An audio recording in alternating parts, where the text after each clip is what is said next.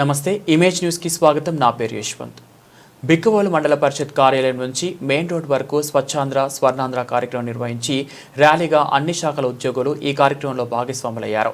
Bikkavolu main road నందు మానవహారం నిర్వహించి ప్రతిజ్ఞ చేయడం జరిగింది. ఈ కార్యక్రమంలో కూటమి నాయకులు పల్లెవాసు, బిక్కవోలు ఎంపీడీఓ, పరిపాలనా అధికారులు, డిప్యూటీ ఎంపీడీఓ, పంచాయతీ శాఖ, డిప్యూటీ ఎంపీడీఓ, జిఎస్డబ్ల్యూఎస్, మండల ప్రజా పరిషత్ సిబ్బంది, స్టేషన్ హౌస్ ఆఫీసర్, సచివాలయ సిబ్బంది పాల్గొన్నారు.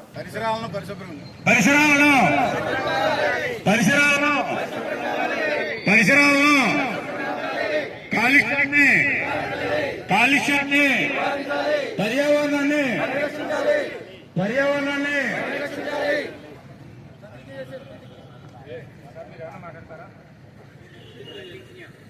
సార్ అందరూ ఒకసారి మీ కుడి చేతులు ముందుకు చాపి ప్రతిజ్ఞ చెప్తున్నాను సార్.